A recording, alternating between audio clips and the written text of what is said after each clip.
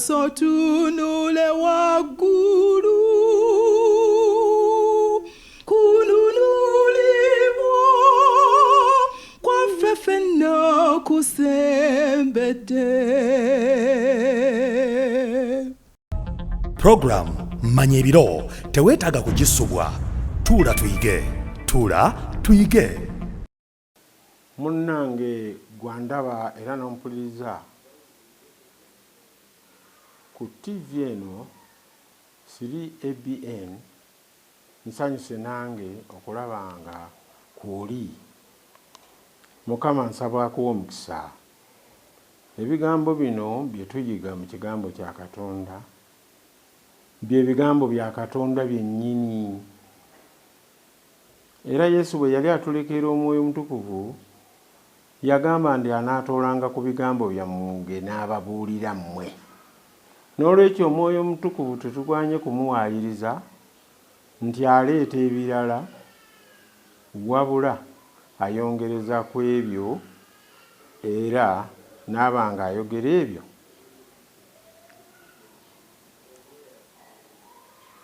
Yesu Kristo bye yamuwa, Katonda bye yamuwa. Omulundi oguwedde mujjukira nti twali ku kiraamo kya Yakobo. Abaana twafunako 2, naye abaana bano baali 12. Tujja kuyigako bwe tunaasobola, bwe tulaba nga obubaka bwabwe bujja kutugasa nnyo, kubanga waliwo omwana abeera awo nga talina nnyo nsonga muzadde gy'amwogerako, talina y'amaanyi, si nnungi si mbi. Mu nsi wettu bwe tufaanana. Kati olwaleero tugenda kutandika n'omwana ow'okuna gwe bayita Yuda. Abasatu twabamala, katugenze ku Yuda. Ndi mu kitabo kya Lubereberye 49 olunywa olwokutaano. Muyinza okuba nga luli temwantegeera, naye nze mukadde Kyeyune Joel ava mu kkanisa y'e Kapeeka mu busumba bw'e Ssemutu. Olwekyo ndi muyigiriza w'ekitabo kino ate nga ndi muyizi waakyo. Nsaba Omwoyo Mutukuvu atuyambe. Katusabe. Tweyanzizza Katonda waffe. Omulundi oguwedde twakitegeera nti tuteekwa okussaamu bazadde baffe ab'oku nsi ekitiibwa, ate era tuteekwa okussaamu ekkanisa ne Katonda waffe ekitiibwa. Nga bwe tuwangaala ku nsi kuno nga tubataddemu ekitiibwa, era bwe tutyo bwe tujja okuwangaala emirembe n'emirembe ng'ekkanisa mukyalawo, naawe Mukama waffe tukutaddemu ekitiibwa. Sonyiwa obutali butuukirivu waffe. Omwoyo wajje atubikkulire tutegeere ebyama ebikulu bino ebikwata ku baana ba Yakobo nga byalimu obunnabbi bukwata ku ffe. Twegayiridde bino mu linnya lya Yesu Kristo Mukama waffe. Yuda gwe baganda bo banaakutenderezanga. Baganda ba Yuda be baani? Ekitabo kino kikwata ku Mukama waffe Yesu Kristo. N'olwekyo ennyimba ez'okutendereza muno muziraba ennyimba ezisinga zitendereza Mukama waffe Yesu Kristo. N'olwekyo okulagula okwo kwali kukulu kubanga Yesu Kristo yali wakuva mu kika kya Yuda. Naye Yuda avaamu Yesu Kristo. Empisa ze zaali zitya? Ezo zimugwanyiza okuvaamu Yesu Kristo. So nga nabali bwe twamala nga Leuben, nga Simeoni, nga Levi, twalaba nga bonna tebaali batuufu, balina emize mingi ng'era abaana ab'omu nsi bwe babeera. Ekyo kisinziira ku buwangwa bwaffe. Mu kitabo ky'Abalooma essuula 3:23 luga nti kubanga bonna baayonoona. Ffenna twayonoona, oba baana bato, oba bantu bakadde, oba bantu bakulu. Tulokolebwa bulokolebwa lwa kisa kya Mukama waffe Yesu Kristo bwe tukkiriza ssaddaaka ye ne tukkiriza okugondera ekigambo kye. Katugende mu maaso. Yuda gwe baganda bwe banaakutenderezanga, kivudde mulaba nga tuyimba nga tutendereza erinnya lya Yesu. Erinnya lya Yesu ddungi. N'ennyimba endala nnyingi zitendereza Yesu. Kino si ffe tukyagala, naye kiraamo ekyava mu muddu wa Katonda eyali tayogera bibye naye nga Katonda yayogerera mu ye, Yakobo jjajja w'ekkanisa. Omukono gwo gunaatulugunyanga abalabe bo. Abantu abasinga Yesu yabalaga ekisa ne bwe yalinga ku nsi, teyabatulugunya. So newankubadde Adamu bwe yayonoona ne Kaawa teyabatulugunya, naye yabawa ekiseera eky'okwenenya. Ffenna atuwa ekiseera eky'okwenenya. Mu ssuula ey'omunaana eya Yokaana waliwo lwe baaleeta omukazi nga bamutulugunya bubi nnyo kubanga bamukutte ng'ayenda. Nga n'omusajja gw'abadde ayenda naye oba yadduka oba yaba atya tekyategeerekeka, naye nga bamutulugunya bubi. Ne baagala Yesu abawagire bamukuba amayinja. Naye yababuuza ti atakolangako ku kino y'aba asooka. Kigambibwa nti ne bavaawo kinnoomu lwa nsonga amannya gaabwe yagawandiikanga ku ttaka. Buli yeesomangako ku ttaka awo erinnya lye ng'adduka, kubanga naye amayinja gaali gamwolekedde. Batuukirize Zabbuli egamba nti amannya g'ababi galiwandiikibwa ku ttaka. Ffe amannya gaffe kikafuuwe abaana ba Katonda gaakuwandiikibwa mu bitabo eby'omu ggulu, kubanga ekyo kye kigendererwa ky'obulokozi bwe yatuleetera Mukama waffe Yesu. Abaana ba kitaawo banaakuvuunamiranga. Bannange mulaba bwe tuba tusaba, bwe tuba twegayirira Katonda, tufukaamirira erinnya eryo. Yagamba ebigambo bino, buli anaasabanga mu linnya lyange Kitange ajja kumuwa kye yeetaaga. Kyenva mulaba nga tufukamira, nga tuvuunama, nga tukutamako, nga tuli mu kusinza. Kubanga okulagula okwo kwa jjajja Yakobo nga Katonda ayita mu ye, kwa jjajja Isirayiri nga Katonda yamwogeza ebintu ebyo. Omusajja ono yali mukadde ddala nga takyalina n'amaanyi, era ebigambo bino nkuba ekifaananyi ng'abyogerera ku ndiri, naye nga bonna we bali buli omu ng'ategeera omuze gwe n'omukisa gwe oba ekikolimo kye. Yuda mwana w'empologoma, oyambuse mwana wange ng'ovudde ku muyiggo yakutama yabwama ng'empologoma. Ddala ng'empologoma enkazi ani anaakwaŋŋanga? Empologoma ng'ebwamye, empologoma nzibu nnyo okwaŋŋanga. Ayogedde ku mpologoma enkazi. Empologoma enkazi nnwanyi nnyo n'okusinga ensajja, era yo teyagala kusonyiwa bantu beesuubira nti bajja kubeera balabe, oba ensolo yonna ey'emmere tegizannyisa. Naye ne Yesu Kristo ageraganyizibwa ng'empologoma, kabaka w'ensolo, lwa nsonga ono ye kabaka w'abakabaka ng'alwanagana n'ekibi taseka nakyo. Kyetuva tulaba nga baba ayagala okuzanyisa ekibi teyabeerina kusonyiwa, teyalina kusaasira, yayogeranga nabo n'abanenya nga talina kusaaga kwonna yadde okwekkiriranya.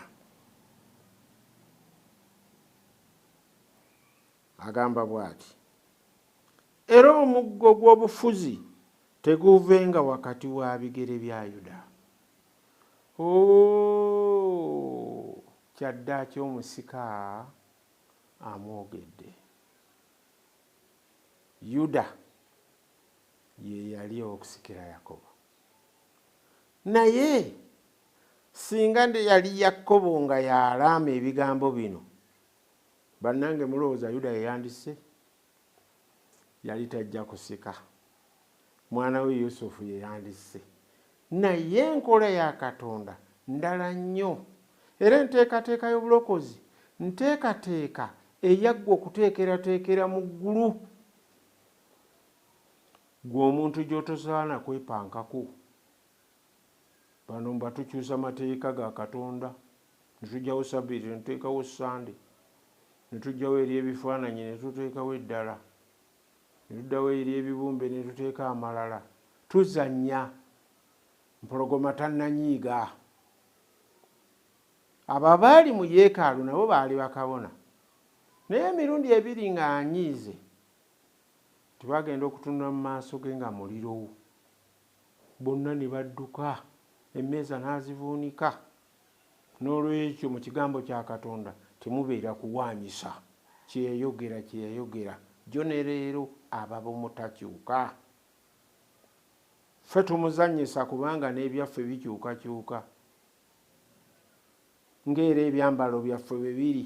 Olwaleero bwe nyambala bbulu, enkya nja kwambala yero, luli ate nyambala green, ate nyambala enta. Naye ye yalina ekkanzu emu okuva mu buwere bwe. Kigambibwa nti maama we yagitunga n'ewuzi emu, naye n'abasajja bamukomerera ku musaalaba, ye kkanzu gye baakubira akalulu.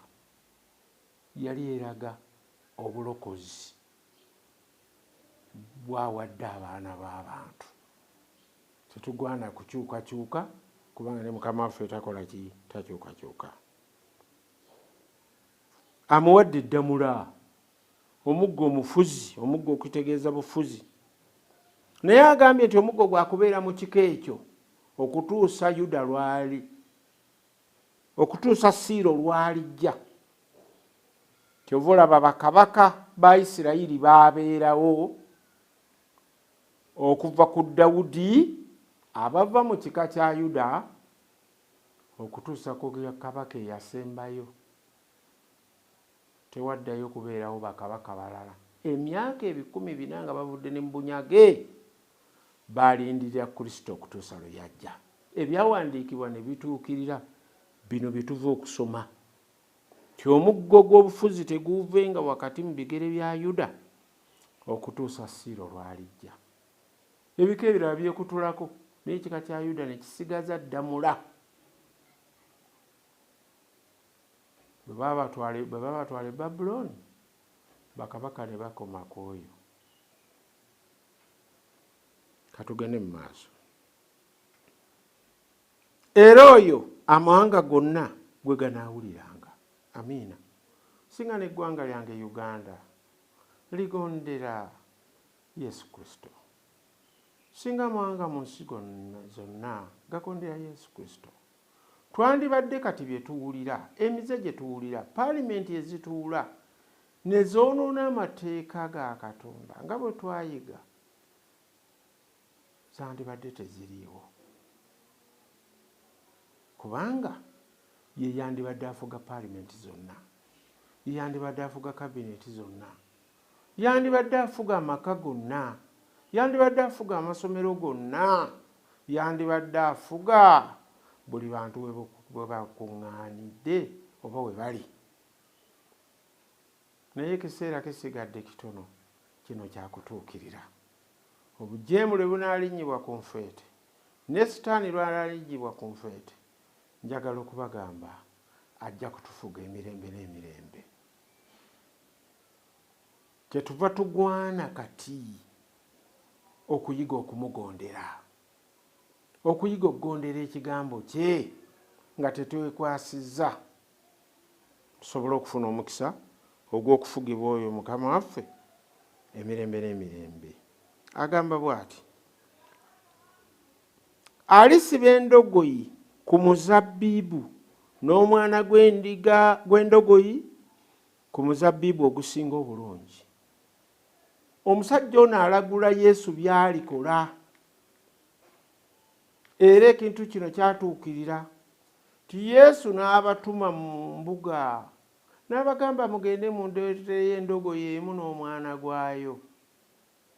Bwe yajja ne baaliira engoye zaabwe ku ndogoyi ento, naye ng'etambula ne maama waayo, ne bagenda nga bayimba nti ozaana ozaana. Eyo ye wiiki ye esembayo. Ekigambo ekyo kyabakola bubi nti bonna bwe baakuŋŋaana nga bagenda ozaana ajja mu linnya lya Mukama. Ate ye yaweta dda ku yeekaalu mu kifo ky'okugenda ewa Kerode aggyeko obwakabaka bwabwe bwe baalowoozanga. Bwe batuukako Thursday, Friday, ennaku ezo ne batandika okugamba nti akomererwe. Bumwa bwe bumwe obwali bugamba kubanga bwe bwali busuubira si bwe bwafuna.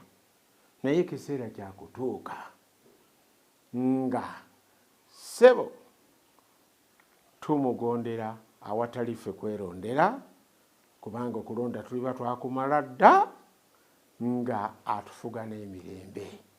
N'olwekyo obwakabaka obwo nange mbwegomba. Endogoyi ezo lwaki yasaba bbiri ng'ate enkadde teyagituulako? Kubanga enkadde yali ekiikiridde ekkanisa ey'endagaano enkadde. Newankubadde ye yali mukama w'ekkanisa eyo, naye yali akiikirirwa ndiga. Naye ekkanisa ey'endagaano empya ekiikirirwa mwene yennyini. Eryo ly'essanyu ery'obulokozi bwaffe. Ye lwaki yasaba endogoyi bbiri kyokka n'atuula ku ndogoyi ento. N'ekyo y'endagaano empya, ekkanisa ey'endagaano empya. Endogoyi mu bunnabbi kitegeeza kkanisa. Agamba bw'ati, omuzabbiibu gw'ayogeddeko mugumanyi nti ogwo yagutulekera, mukulu nnyo mu kusembera. Ekkanisa yasibibwa ku muzabbiibu gwe mugwa gwayo gugisiba ku bulokozi. Ne tulyoka tubeera n'emirembe kubanga Mukama waffe endagaano ye bwetyo bweri ey'omusaayi ogwatulokola. Agamba bw'ati, ayoza ebyambalo bye mu vvinyo n'engoye ze mu musaayi gw'ezabbiibu. N'abagambye ekyambalo kitegeeza butukuvu, ekyambalo kya Yesu. Obutukuvu bwe bwo bwakolebwa emyaka 33 n'ekitundu gye yamala ku nsi. Obutukuvu obwo bwayisibwanga mu musaayi, bwava mu musaayi gw'omwana gw'endiga. N'olwekyo tetugwana kubuzannyisa kubanga ezabbiibu kifaananyi kya musaayi gwe. Era agambye ti ayoza ebyambalo bye mu vvinyo n'engoye ze mu musaayi gw'ezabbiibu. Munywe ku guno kubanga gwe musaayi gwange, kabonero ak'omusaayi ogwayiika olw'okulokola ekkanisa. Agambye amaaso ge galimyuka wayini, galimyuka omubisi ogwo. Amannyo ge galimyuka wayini, n'amaaso ge galitukula okusinga amata. Lwaki amaaso gano malungi tegamyuse? Kubanga amaaso ge gaali gaakisa. Peetero n'abayigirizwa abalala baalayira be batajja kumwegaana, naye bwe yatandika okubonyaabonyezebwa baatandika okumwegaana, naye teyabatunuulizaako n'akatono n'obukambwe, yabatunuuliza n'ekisa nti ekyo ne kibakomyawo okumwagalanga emirembe n'emirembe. Leero amaaso ge akyagatunuuliza ekisa eri omwonoonyi yenna, nga takunenya olw'ebyo by'okola, wabula ng'akuyita obiveemu. Kubanga bw'akunenya, okunenya kwe kwakubonereza, naye akuyita n'ekisa, kyamaaso ge kyavudde agalabanga gatukula. Tegamyuse lwa busungu, tegamyuse lwa kiruyi, tegamyuse lwa bukambwe, naye amaaso ag'ekisa. Lunaku lwazaalinga 2 bwe yali agogola yeekaalu, amaaso ge gatunula nga makambwe, ne bakabona abaali ab'amaanyi n'abawandiisi n'abafalisaayo ne badduka.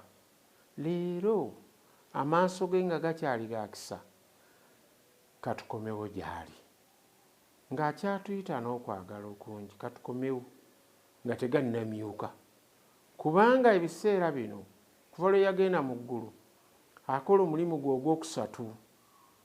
Omulimu ogusooka gwali gwakubeera kyakulabirako y'emyaka 33 nga bwe yatambula bwe tugwana okutambula.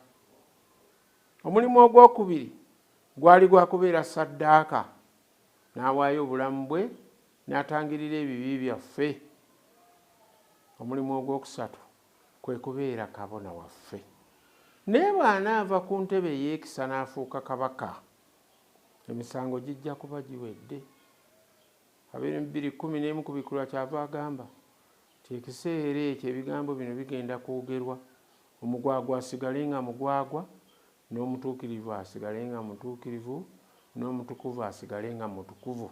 Kitegeeza amaaso gajja kuba gamyuse, era ng'olwo agenda kuyiwa ekiruyi kye ku bonna abamugaanye.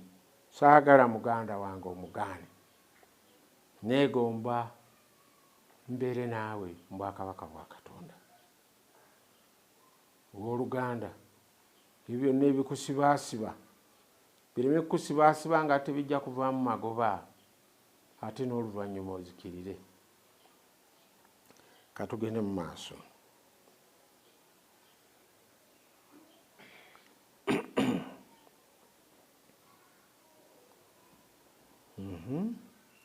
Agambye amaaso ge galimyuka wayini, n'amannyo ge galitukula okusinga amata. Leero tukyetaaga amaaso ag'ekisa. Katukozesa omukisa guno mu linnya lya Yesu Kristo Mukama waffe. Oyo ye Yuda. Tugenze ku mwana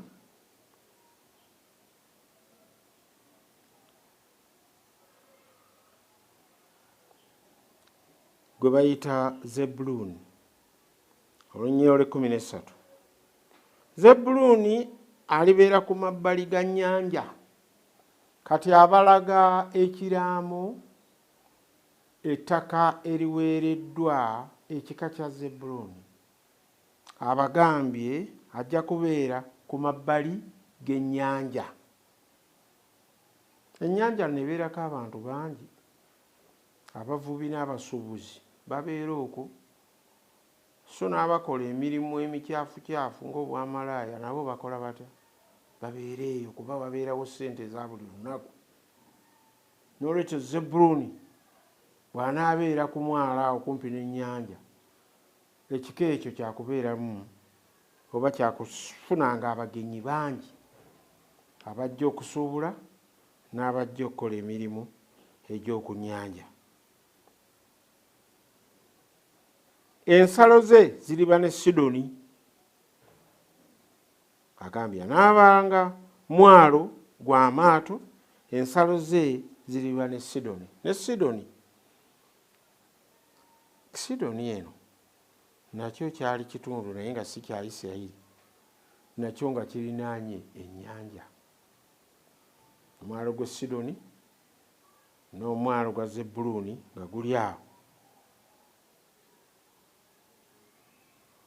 Buno bwe buzibu bwe tufuna nti bwe tubeera awali abantu abangi oba nga tubalinaanye, babeera n'amaanyi mangi okutusika, tubeera mu ntalo. Ebikolwa bye baba bakola nga si by'abaana ba Katonda bitera okuzza emabega abaana ba Katonda. N'olwekyo we yali afunye yali ateekwa okusigala nga waakusikira ensi eyo. Wonna we tubeera nga we tuli, Katonda atusuubira okusigala nga tuli baana be, newankubadde tuba tulinaanye ekifo ekikyamu ng'emyalo. Addamu n'agamba bw'ati, yalabanga ekifo Isakaali ndogoyi y'amaanyi. Zebbulooni bw'atyo bw'amwogedde. Katugenze ku Isakaali. Isakaali ndogoyi y'amaanyi. Endogoyi mu bunnabbi etegeeza kkanisa. Ekkanisa ey'amaanyi muwulire emirimu gyayo. Afaananyizza Isakaali ndogoyi y'amaanyi ng'akutama wakati mu bisibo by'endiga. Yalabanga ekifo ky'okuwummuliramu kirungi nga n'ensi esanyusa. N'alyoka akkakkanya ekibegabega kye okusitula. Kitegeeza Isakaali musumba, abeera mu ndiga, abeera mu bizibu.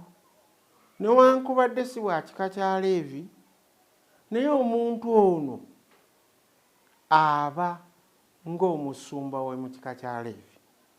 Tyakutamya ekibegabega kye okusitula, n'afuuka omuddu ogukozesebwanga mu mirimu gy'obuwazi. Ab'ekkanisa emirundi mingi tetwagala kusitulirako bakkanisa bannaffe bizibu byabwe. Naye w'ekkanisa adde toli musumba, toli muddinkoni, toli mukadde, ovunaanyizibwa mu kisibo ekyo okubeetikkirako ebizibu byabwe, okufaanaganako nono Isakaali, era amuyisa endogoyi y'amaanyi. Muntu wa kkanisa, kkanisa y'amaanyi. Enjala n'oba nga obaliisa. Mu makanisa gaffe wabeerawo okufumba ebyemisana. N'ebbanga lye mmaze mu kkanisa ndabye ab'ekkanisa abalya obuli emmere, y'ab'ekkanisa abalala gye bapakasizza ne bagireeta, bo ne bamala okulya ne bagenda. Simanyi oba mu mutima gwabwe obwenkanya bubeeramu, naye Katonda alaba eby'omuntu, amanya enfuna y'omuntu. Naye tetwandikoze nga tutyo. Waakirigula yakapaketi k'omunnyo ogenda nti omunnyo ogw'okufumba mu ssabbiiti ejja gwange, abantu balyeko ku ntuuyo zo. Ibulayimu tumulaba nga omusajja ono yafuna omukisa ogw'okuzaala omwana eyali amusuubiziddwa ebbanga ddene. Omukisa ne gutuukirira lwa nsonga emu, nti yakkiriza okuliisa Mukama waffe Yesu Kristo ne bamalayika abo ababiri. N'abalaba mu ttuntu, n'adduka mbiro n'agenda n'abagamba mujje mu kisiikirize ky'omuti wano mulyeko akamere, munywe ne ku tuzzi mu nnyumba y'omuddu wammwe. Isakaali bw'atyo bwe yali.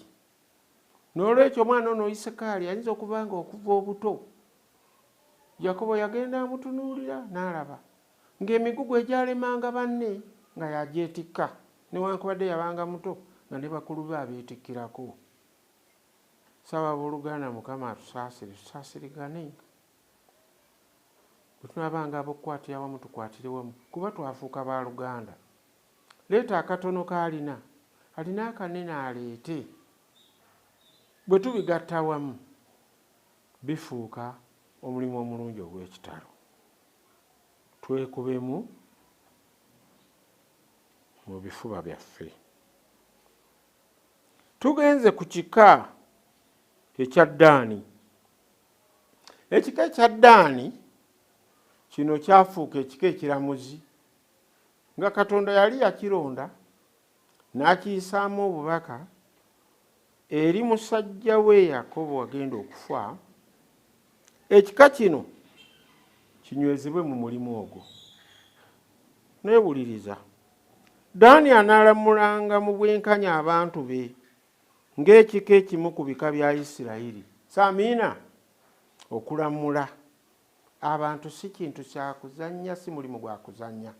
Era tulaba Yoswa bwe yatuusa abaana ba Isirayiri mu nsi ensuubize ng'abajja e Misiri, Ddaani ye yafuuka omukulembeze mulamuzi. N'ensi ezirimu demokulaasi, ebiseera eby'okulonda, pulezidenti obuyinza abuzzaayo n'abukwasa omulamuzi okutuusa te lwe balonda kabaka, lwe balonda pulezidenti. Naye ensonga eno etandikira mu Bayibuli. Isirayiri nga tenafuna bakabaka, basooka kubeerawo balamuzi. Balina n'ekitabo kirambe ekitibwa eky'abalamuzi, omuva ba Gideoni, ba Samusooni n'abalala, ba Debola. Agamba bw'ati, Ddaani anaalamulanga mu bwenkanya abantu be. Ensi we twogereranga obulamuzi obw'obwenkanya, demokulaasi bw'afudde, nabo kati bunoonyezebwa. Abalamuzi abasinga enguzi yabamalawo. Abalamuzi abasinga ebigambo ebiva mu bakama baabwe waggulu ababalonda bibamalawo, ne balamulanga bwe baagala. Agamba bw'ati, Ddaani anaalamulanga mu bwenkanya abantu be. Ekyo si kirungi? Kirungi. Ng'ekika ekimu ku bika bya Isirayiri. Buli kika kyalina omulimu eri Katonda, buli kika kyalina omulimu eri ekkanisa. Leero tulaba mu kkanisa nga mulimu abantu abasonyiwa naye nga balina amannya ag'ebika ebyo, nga balina obugoberezi obw'ebika ebyo, ng'era bwe baliba bayingira baliyingirira mu bika ebyo nga bwe twalabye mu Kubikkulwa 7. Agamba Ddaani anaaba musota mu kkubo. Alamula obwenkanya, ate kati Bayibuli egambye anaabanga musota mu kkubo. Obunnabbi, omusota kitegeeza sitaani, ekkubo kitegeeza bukulisitaayo. Kyova owulira eri mu Matayo 6 oba 7 ayogera ebigambo ebyo. Muyite mu kkubo effunda, mu bukulisitaayo bufunda, kubanga ekkubo eggazi, obukulisitaayo obugazi bugenda mu kuzikirira, naye obukulisitaayo bufunda bugenda mu bulamu butaggwaawo. Omuzigo omufunda, omuzigo omugazi ayagala tulonde mufunda, tinaabagulaba batono, naye ekkubo eggazi abaliraba bangi, naye ekkubo eryo ligenda mu kuzikirira. Liwandiikiddwako obukulisitaayo naye nga lya kuzikirira, lituumibbwa n'amannya Bakristo naye nga bakuzikirira. Kati agamba bw'ati, Ddaani anaabanga musota mu kkubo, ajjanga kubeera sitaani mu bukulisitaayo, esalambwa ku kkubo. Sitaani ateega abantu ba Katonda ku kkubo eritutwala mu bulamu butaggwaawo n'atukola bubi. Abaana ba Isirayiri bwe baali bava e Misiri, sitaani yabateeganga mu ddungu omwo n'abakozesa ebigambo ebitali birungi, ne bajeemeranga Musa, ne bamuyombesanga, ne bamweraliikirizanga nga bamenya amateeka ga Katonda. Sitaani toyinza kumusibira bweru. Era Sitaani bwe yakozesa Falaawo yali afa n'amagaali ge nga basigadde mu nnyanja. Ye Sitaani ennyanja yagisomoka. Kituba tulaba ng'abantu bwe bamala okubatizibwa ogenda okulaba ng'ate akoze byatandikoze. Lwaki? Kubanga Sitaani yasomoka ekidiba oba omugga mwe yabatizibwa. Omugga ke kabonero k'ennyanja emyufu. Agambye Ddaani anaaba musota mu kkubo, essalambwa ku kkubo, eriruma ebisinziiro by'embalaasi, omwebagazi waayo alyoka agwa emabega waayo. Obunnabbi obuli wano bw'amaanyi. Ajja kuba Sitaani aluma ekkanisa mu kutambula kwayo kugenda mu maaso, kubanga y'embalaasi. Omwebagazi aba bali mu kkanisa balyoke bagwe, kwe bayita nti gundi yagwa, gundi yadda emabega, gundi yaseerera, n'abanga musota mu kkubo ssalambwa. Ddaani abeera atya essalambwa mu kkubo? N'akola ebintu ebifaanana bwe batyo, n'abali mu kkanisa baveemu. Ddaani olw'okuba mulamuzi mu kkanisa ya Seventh Adventist Church mulimu abalamuzi, era n'abamu tebakyalimu, kubanga bo bwe babeera mu kkanisa ekibatutte mu kifo ky'okuyiga ekigambo kya Katonda babeera mu kulyolyooma bannaabwe, mu kuwaayiriza, babeera mu kugeya. Omuwala oyo atutamiza akagoye ako n'akawuuba kamu buli oli bw'awulira ebigambo ebyo talikomawo mu kkanisa, kubanga babadde baddaani balamudde bwe batandiramudde. Bw'atyo abadde afuuse omusinza wa Katonda n'ava mu kkanisa. Baddaani bangi balese ekkanisa. Bwe babeera mu kkanisa babeera mu kulyolyooma bukulembeze, ne babeera abajeemesa. Ate bano tebatuyigiriza kino, ate bano tebatuyigiriza kiri, naye nga bibakaayanira ne Bayibuli bazirina. Mu kifo ky'okwogera n'abakulembeze baabwe nti twagala oba kuyiga bunnabbi, mutuyigirize obunnabbi. Kyokka aboogera bwe batyo lesoni bazirina. Mu buli lesoni efuluma mulimu obunnabbi. Lwaki weesimba mu kkanisa ogisaleko ebigambo? Ekibunnabbi nakyo kirabo, si buli omuntu ateekwa okukimanya.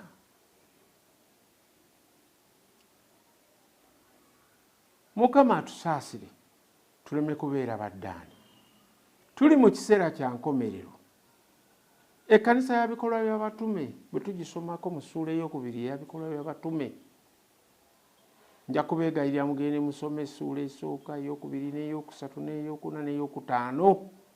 Ziraga entambula y'ekkanisa eyasooka. Ti abantu bano baaliiranga wamu, baayigiranga wamu, baasabiranga wamu, ne basemberanga ku mmeeza ya Mukama waffe. Buli omu nga tabala nti kino kiki. Bw'olabanga munna akagoye aleeta kamu, mugulire akookubiri, alemenge kuwuba kagoye kakutamye. Abantu ne babeera mu kkanisa ne boogera ebyo, olaba n'oyo ekigatto bwe kikyamye, ye ekimuleeta wano singa abadde bulungi teyandizze wano, abalina engatto entereevu tebajja wano. Naye musajja watuyeegayirira, mukazi watuyeegayirira, amanyi nti olunaku lumu Mukama ajja kumwanukula, era mu butuufu amwanukula. Lwaki tofaanana nga Zebbulooni n'obeera nga Ddaani? Zebbulooni twamuyizeeko ekirungi, nti ye yeetikkanga emigugu gya banne. Gundi enkuzi mmenya ateekawo omutwe musajja wattu ng'ateekawo. Waliwo ab'ekkanisa abataddeyo mitwe gyabwe, bataddeyo ebibegabega byabwe, ne bayimirizaawo amakanisa. Oli n'agula zireesu n'azigaba bugabi, ne banne balyoke baliirewemu mu kifo ky'okugeya, mu kifo ky'obutasaasira. Lwaki ogeya omusumba? Abamu bamanyi n'okubajeemera. Ojeemera waaki? Si gwe wamuleetawo. Ekiseera kye twamuyizeeko nti abo abasumba babeerawo ekiseera kitono, kubanga ekikolimo kyabwe kibagamba kubasaasaanya mu Isirayiri. Ajja kubeerawo, avaawo bamutwala egindi, aveewo bamutwala egindi. Mugumiikirize, bw'anaavaawo ogende mu maaso n'oyo gw'oyagala. Waliwo obuzeezeze obutonotono. Obubi bw'ekika kya Ddaani, ebika bino byalina obubi bwabyo, era obubi bwabyo bwabikola bubi, kubanga byatuuka ekiseera ne biba nga ebikolimo byabyo bibiremeddeko. Omuze gw'okugeya n'okulyolyoma abantu mu kkanisa ke kaze akatono. Akaze ako katono kalinga obuba obutono naye nga bwonoona ensukusa. Era kazibu okwenenya ng'obwenzi, obubbi, obutasinza ku Ssabbiiti n'ebirala. Era akakola awulira nga kamunyumira, kubanga agaana banne okuwuliriza n'adda mu kugeya. Mu kifo ky'okwogera ebizimba n'adda mu kusekeeterera. Singa tugenze mu ssuula yaffe esembayo ey'omusanvu eyakubikkulirwa, tujja kunoonyamu ekika kya Ddaani tukisange nga tekiriimu. Bube butono. Obubi obutonotono obwo tebugenda tuganya kuyingira mu ggulu, kubanga tubugayaalirira ne tutabwenenya. Kyenva nsaba abooluganda, twenenye buli mwoyo kyakoonako ti kino kibi sikyagala. Olwo nno tulyoke tukulire mu kwagala, mu kwagalana, mu kusaasiragana, mu kuyambagana.